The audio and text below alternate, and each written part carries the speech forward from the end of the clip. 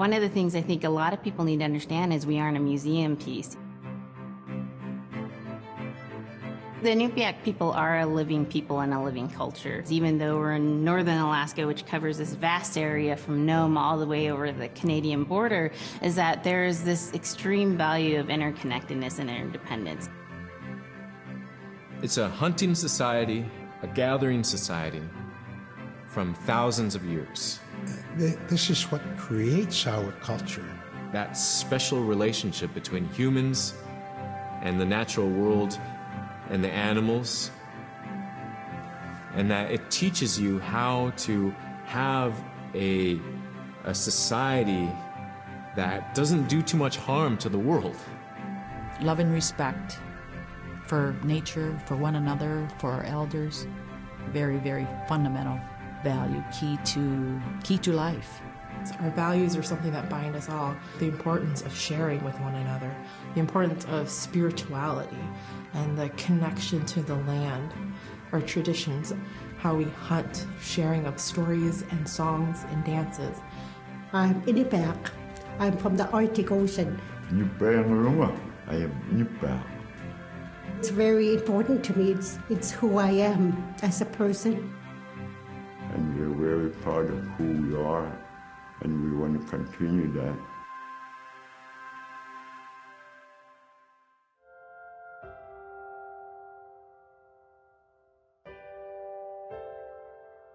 It'd be busy, busy, busy all through the day. You get up and you just go right to work, right to work. There's always something to do. There's never any idle time. The only idle time we had was after we eat and before we go to bed. One of the older people would be relaxing, laying down there and saying, it'd be really nice to hear a story. And then just organically, someone would just start telling a story. Storytelling for the Inupiaq people is very important because it not only created that sense of community, but is a way to pass on wisdom to the next generation. It was like TV, It was just like, it was as good as any movie you've ever seen. And the storyteller told it so clearly that it was just as powerful as any of the greatest movie blockbusters you've ever seen. There was a reason behind the stories that we were told because they held traditional knowledge. They held things that we might need to know in life, whether it was about how to find food or how to survive, or it was about well-being and the importance of connecting with people and being a good member of the community. We all do stories. We all live in stories. We all tell stories to our friends.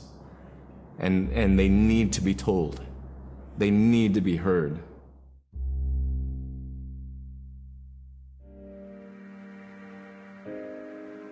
So scrimshaw is this really beautiful method of art that's done either on baleen or ivory. And traditionally it was used to tell stories. Each etching is telling a story of some event. Caribou hunting was taking place. This is what was going on. War began around this time, and so it sort of gives you a timeline of history through etching. An elder or the person who carved it would literally be able to read the scrimshaw story. They're like reading a book, in a way. A lot of the storytelling traditions would be things that after the storytelling was done, we'd just rely on the next person telling it. And so scrimshaw is a very important way for Alaskan Native people to record their history.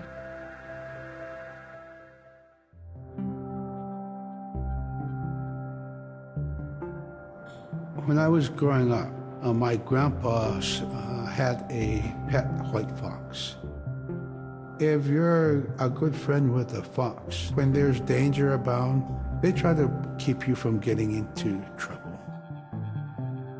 They pull tricks here and there, and foxes are like spoiled little kids in a way.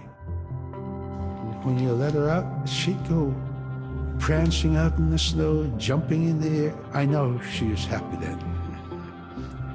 come running at me and jump on my chest, knock me backwards, lick my face, and I try not to let it. So that was my memory of my grandpa's pet fox.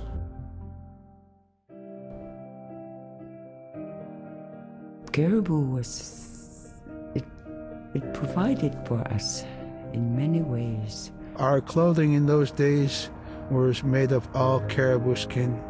I grew up wearing caribou pants, mittens, caribou skin mattress, blankets. Some people had boots that were made with wolf leggings, sealskin sole bottoms. Baleen was shaved to make insoles. They kept us quite dry and warm as well. But the caribou skin clothing was the best. We would get as many yearlings as we could for our outer clothing. And for a heavy winter, we would get caribou in February or March because the hair was the longest and the skin was the thickest, and we would use those for our winter gear. With that stuff on, you could sleep outside in 50 below and it wouldn't bother you a bit.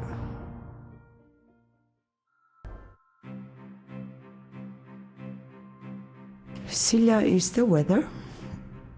It also means the atmosphere. Here's the nuna, or the land, and it's anything from the land into the moon, the sun, the stars. That's Silla. It's a very spiritual, and we have a relationship with Silla. Silla has a soul in the same way we do as people, in the same way animals do. I think spirit helpers in and of themselves are really about how we're connected with things. And so it may be that there is a spirit helper that shows themselves as a bird to show you the way home, or it may be a spirit helper that actually decides to show themselves with the face and body of a man instead of their animal form. And so I think one of the things that's hard to understand is that it's not one way of seeing things, it's one way of knowing you're connected to everything. We've always had that spirituality of everything around us. It's the interaction you have with the air you breathe, the ocean that you gather resources from, the rivers from which you gather fish, the tundra from which you pick berries, the animals that give themselves. It's all of that.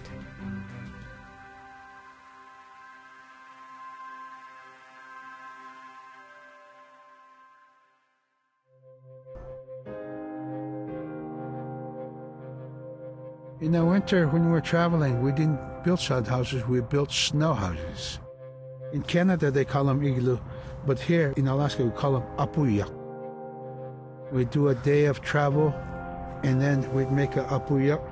The next day, my father would set traps, spend the day there, rest the dogs, give them something to eat, and then the following day, we continued to the next place. We'd go to my dad's sister, who had a house at Dubarg. They had a small sod house over there. We didn't have to do anything. We just visit with them, and my dad and my sister were glad to see each other, and they'd talk away while us kids played outside or go to sleep. By the time we get back to our home, my father would leave us with our aunt or with my grandmother, and then he'd start on his trips and go check his trap line. We were not into 8 to 5 kind of time, you know. We're in a total different kind. We're in ecological time.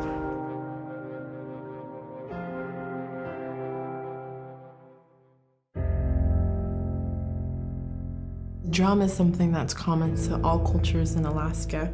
All cultures have a drum that may have some stylistic differences or differences in the materials that it's made, but it's still in recognition of life and vitality. And the drum mirrors the heartbeat. And when you continue drumming soon, it will be in line with your heartbeat, because that's what it's supposed to be, the heartbeat of the community, and it symbolizes vitality. And it's the most tremendous feeling to be in a room and to have one long row of all the drummers and to have that feeling of unity, everyone beating in harmony, the drum beat in unison, it's the most beautiful feeling. And to know that you're connected, you're on the land that you are connected to. And even if you grew up outside the community, that which is in you comes from this area. And it's the greatest feeling.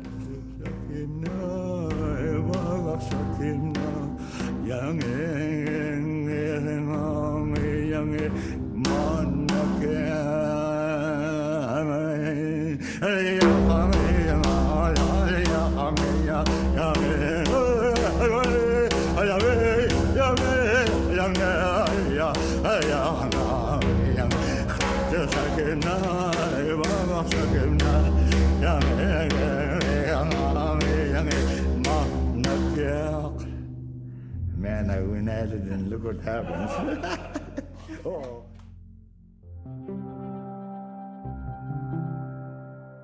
They're just like other people. They just happen to be very small and extremely strong. These are stories that are common throughout Alaska. It's normally that people are size from your elbow to the tips of your fingers, and they possess superhuman strength. So they may be tiny, but they can carry a whole caribou. And if you go up north and you talk to a number of the people in the community, they'll talk about having seen the little people. There's a place at home that we know, but we don't profess it to anybody. But it's not like the boogeyman. They can be mischievous, they can be ornery, or they can be helpers. And every now and then, we might have the opportunity to see them, especially if they want us to see them. The fact that it's across Alaska really tells you something about our history and how we interacted with nature around us.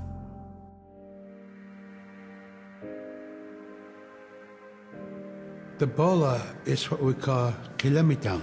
And the kilamitang is made out of braided sinew tied out to some heavy bone which you could twirl. In my case, we're catching ducks.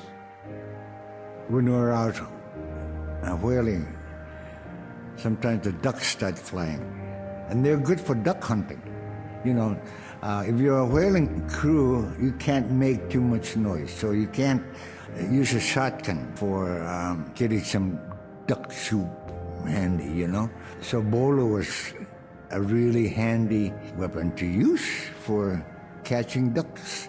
You know, the ducks fly in, you throw it up and tangles up the bird, and down they go.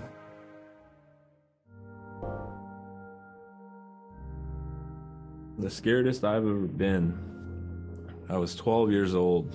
We floated out on a piece of ice while we were duck hunting. It was a bluebird day, just clear blue skies. And there was 3 of us, myself, my brother, and my dad.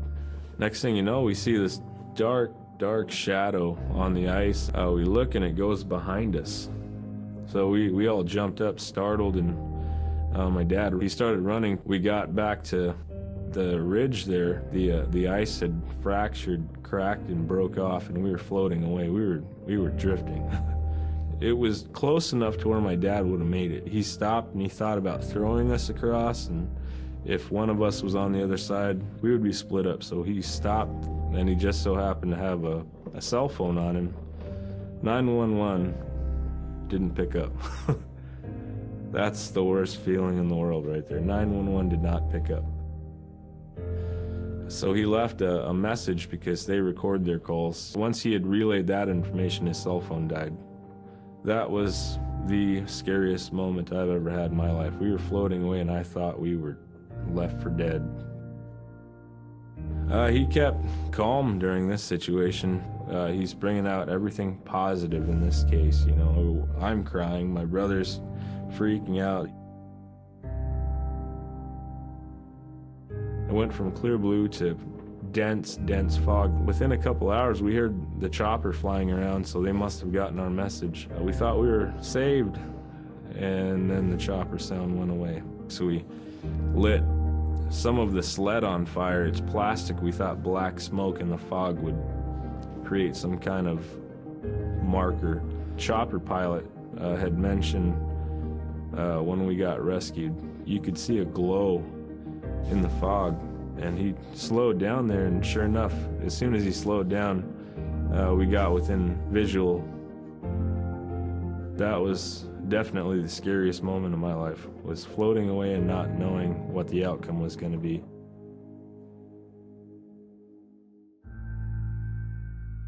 We're very much aware of the climate change.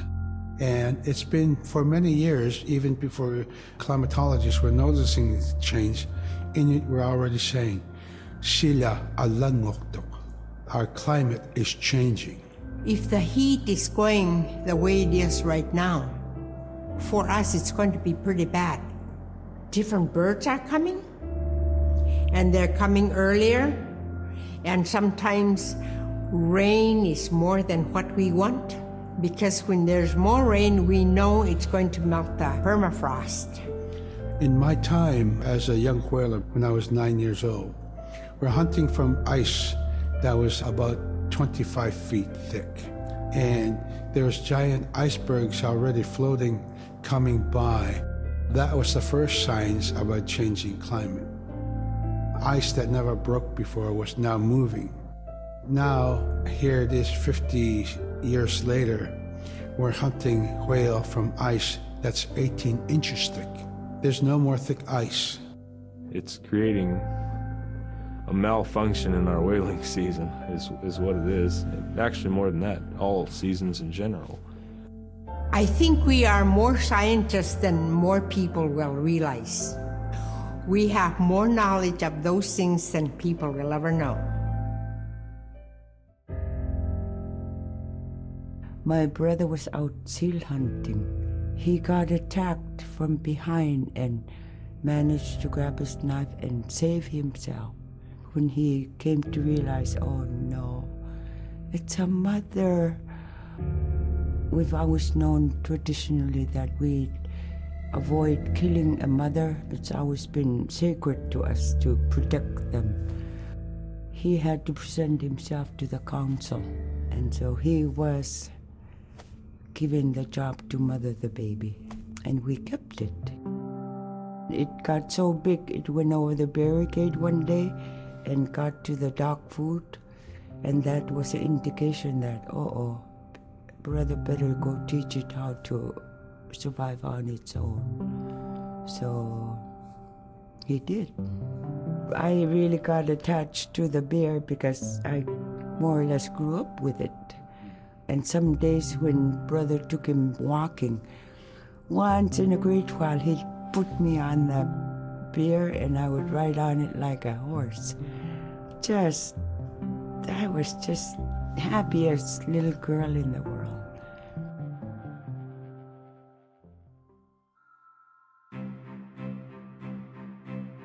In, Arctic Alaska, hunting is a really important part of life. It's not just about going and shooting something, it's about going and putting food on the table. But more importantly, subsistence hunting isn't just about the insular family unit, it's about feeding the whole community. And I think that's one of the beautiful things about subsistence hunting in Alaska is that people go out and they'll go get, fish, or they'll get a caribou, and they'll get, seals and whales, and one of the first things they'll do is they'll say, I need to take this to the elders. This isn't just about one individual surviving or one family surviving, it's about the whole community. We didn't just go out and kill and put in a freezer. It's like a ritual that I learned from my parents. It's all about relationship. I don't know, I think there's a lot of camaraderie involved.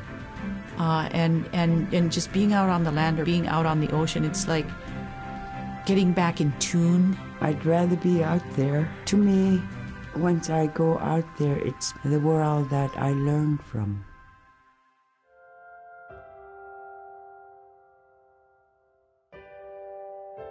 Now we spend all our time out in nature. You get very intimate with the world. And over time, if you're living that life, you start to sense that everything has a spirit. There's a consciousness in everything. Everything is alive. If everything is alive, then we want to respect it. And if we're going to use it, we want to use it respectfully. What I try to tell my nephews and nieces, you know, you love to hunt, you have to take care of the animals that you catch, preparing the food and eating the food that you catch. Water provides you. The ice brings you life. It provides all those things that you need to be a part of your life. That was something I grew up with. I grew up respecting the animals. I grew up respecting the land. And that, to me, that is why we as Inupiaq, as an Inupiaq culture, as an Inupiaq people, is why we're so successful.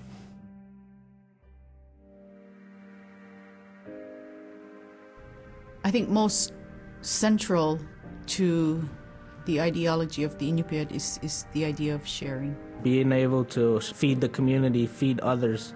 That's why we hunt. You know, in the old days, that's what you needed to survive, you know. The sharing is important because it's how the community survives together collectively. We just give. That's how I grew up. That's the way I'm always going to be. Because of who we are, we always think about other people first. If our people didn't share in the old days, we wouldn't have survived in this harsh, climate, environment.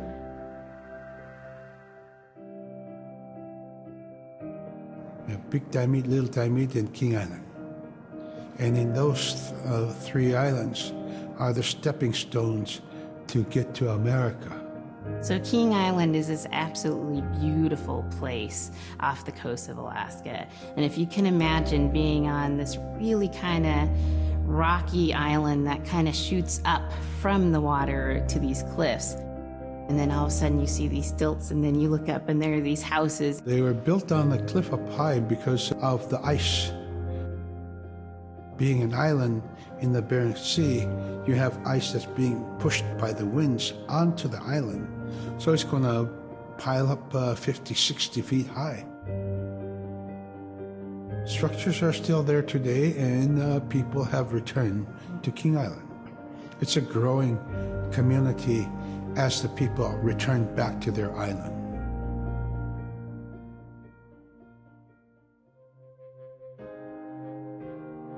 When I was young, my mom, whenever the Northern Lights came out, she'd just whistle. Boy, they come alive.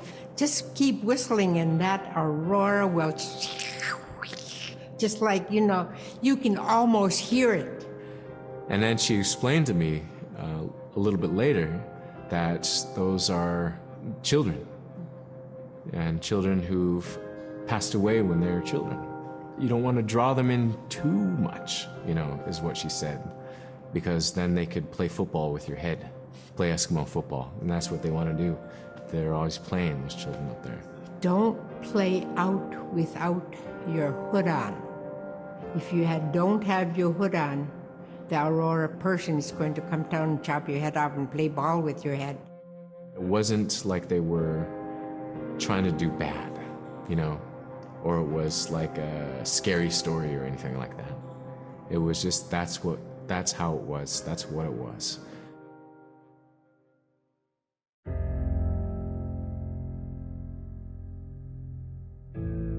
In the month of November, there's no sun. So during that dark time, we travel by the light of the moon. It's quite different. Everything was silver and black. Toward the horizon, we could see where caribou are because their body heat flowing upward, and we could see it glowing in the moonlight against a dark horizon where there's no stars. If somebody yelled, you could know who yelled from where the sound came from, but specifically where that cloud of their breath went up and it glowed in the moonlight. So that was a good time to travel. It was very surrealistic. And so things that were dark objects look very close, and white objects look very far.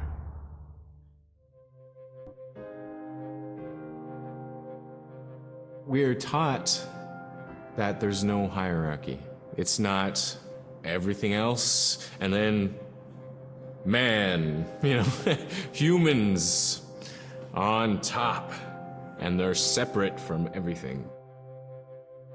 We're taught that everything is equal and that all the animals have a human form or can be seen in a human form. And so they have just as much or more intelligence. In fact, have a lot to teach people. And so that's how these transformations can happen. It's if the animal wants you to see it in its human form. There's a story where a man comes up to an ice hole and then realizes there's another man in his parka that's got stuck in the net, and is just stuck like that. Oh, can you let me out? Please help me, And so then he lets the man out, but then realizes that was actually a seal. That was a seal man. And just because that seal wanted that help, that seal allowed itself to be seen in human form.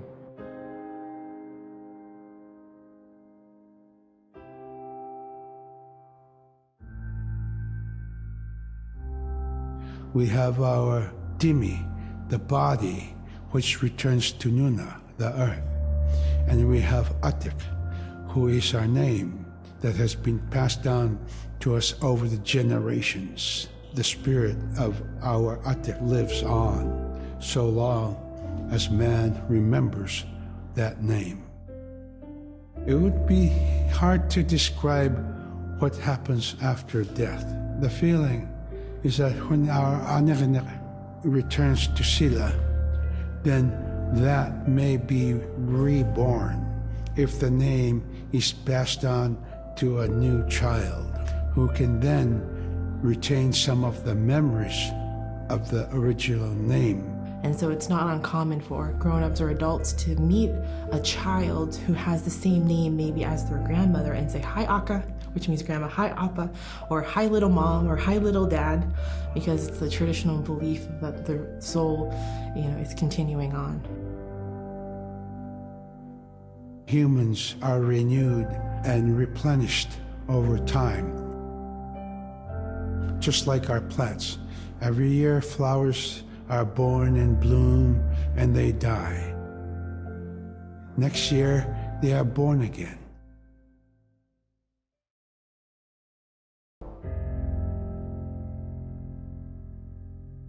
So a recurring type of character in Inupiaq stories is the manslayer. And the manslayer is kind of this bad guy. And I think really what's at risk when the manslayer comes into story is the livelihood of individuals and the whole community. And so the manslayer is really used as a way to say, don't act only for yourself, always hold the community in your heart. Oftentimes in these stories, there is one person that will stand up. And what this humble person will represent, who faces that manslayer, is a return to order, a return to true living in the community.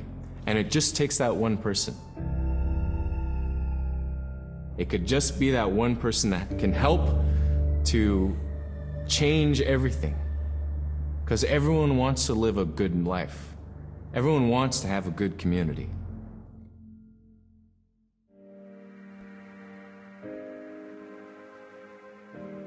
With regard to the environment, the blizzards have been one of the key elements that have impacted the survival of people, especially in the hard winter. We know a blizzard is coming when the moon is starting to get fuzzy. We also look at the stars. When the stars are twinkling fast, we know a storm is approaching. We look to the clouds in the sky to give us a direction the storm is coming from. We learn these as children by observing weather on a daily basis.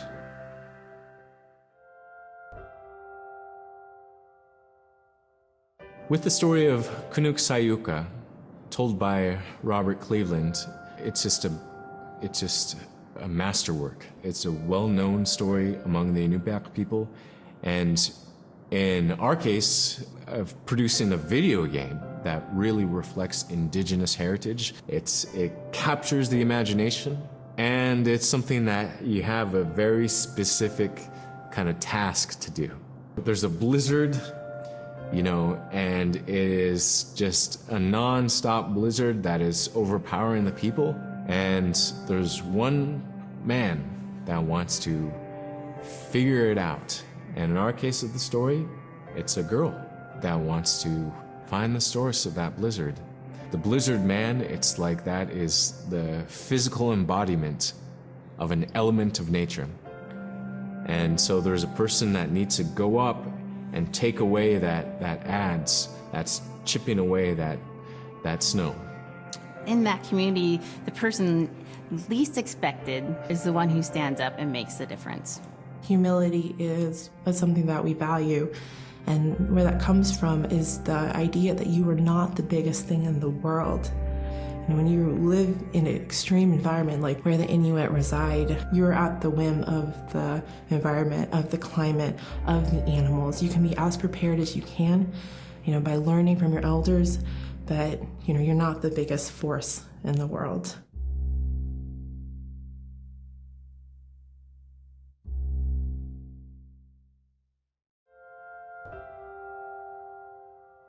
In 1964, my grandfather, Apa Willie Godun Sr., Panik, he was invited by archaeologists and anthropologists from Brown University. He was invited to the Onion Portage site, this ancient sacred site of the Inupiaq people. And it was really special for my grandfather to be included in that kind of thing because it showed the respect they had for him, for his knowledge, for what he had to offer. And while they were there, while they were camped out there, when they had some quiet time, he told some stories. One of the stories that my grandfather told was the story of the Coastal Brothers. These two brothers, they have their own particular skills. They go out to the Noatak River area, and they go to try to challenge and hopefully defeat this giant mouse who is destroying everything in its path. The development team really took a great interest in the story that my grandfather told because it really enhances those themes that we found in Never Alone. One of interdependence, another of Inupiaq values, love of our elders and of our land and of our traditions. I mean, it helped to really bring that out, and so that's one reason why it really captivated the interest of the team. I wasn't raised here, but my mom talked about how it'd be so dark. Yeah, it was dark in the wintertime. In December 21st, we see the sun for about 3 hours, The rest is dark. So the days start to get longer right after that, shortly after that. My mom, in her story, she says the real people come out. Everyone comes alive just because they've been inside so long. I'm almost happy to own Springs here because the caribou are migrating north. The bears are coming out of hibernation. Rabbits and stuff, they're all over the place. And they're not hiding under the snow anymore. Like the elders used to tell me, as soon as they saw those snow buntings, the small birds, the new season would start for gathering food. They knew they'd be happy because fresh food is starting to come around. We'd be getting geese eggs or seagull eggs or any kind of duck eggs. We'd go camping in the early spring, go out with dog teams when I was a kid to a spring camp. And it was anywhere that my folks thought that we can get the most food. Right here in the peninsula, we'd walk back from our camp and hunt muskrats, and my mom would dry the skins. And so it's a time of just all the gathering activities, all the busyness. It's when the life really springs up again.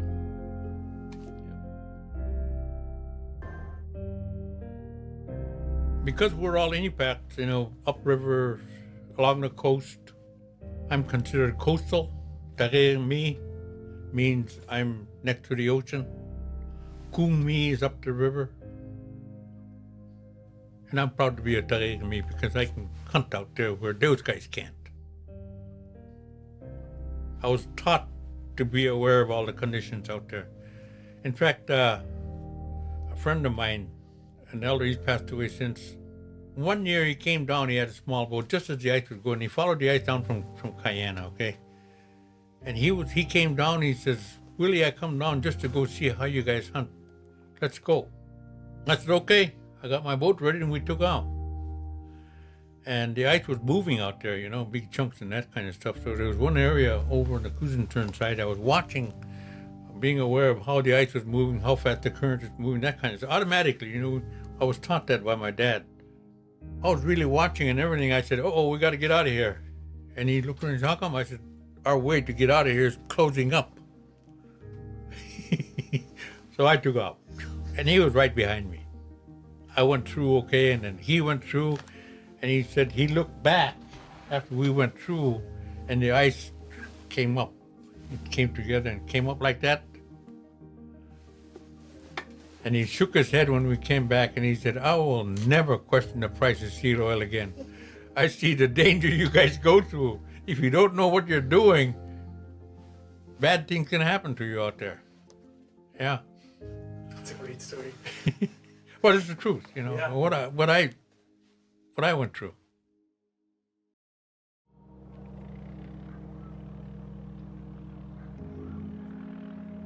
That's my dad. Picture of my dad. Appa Willie, my grandfather Willie, he was a respected hunter, so he was the provider for the large family. My father embodied all the Inupiaq values. He used them all as much as he can every day. And he loved to talk to people. He shared a lot of stuff that he got from out, whether it be out in the ocean or in land. He shared with people. We all loved him because he treated us with respect, all of us kids. When we followed him, when I started to follow him with John to go hunt out in the ocean out here, he would talk to us while we're hunting and point things out to us. You know, how to expect things, how to do things out in the country, or... It teaches how to set traps, where to put the traps, how to bait them. My dad was born and raised in Selwick. He grew up in springtime and summertime using a kayak. And they can go on days on a kayak. So, he taught us all that about hunting seals, bearded seals, and then hunting beluga also. You know, he showed us how. I never forget my dad. Every time he'd say something, I honor what he'd say. I remember he'd wake me up after early in the morning, 5 o'clock, when it's still dark. He'd kiss me in his cheek, wake me up. I remember he said, bye, John, you behave now. I'll never forget that. So one day he did that. He said, if anything happened to me, I want you to take care of Mom, like I did. But I see the affection there and the bond he had with me. He taught me.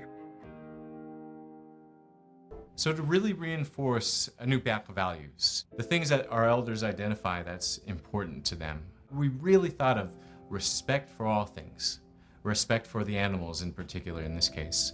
And so we've added a prelude to the story. An experience with a little mouse is where Nuna and Fox, they forget to respect this little mouse. Something that my Uncle John just told us is that you only go after animals if you intend to use it for food. You don't play with it. You don't mess around with it or tease it, even if it's all in fun.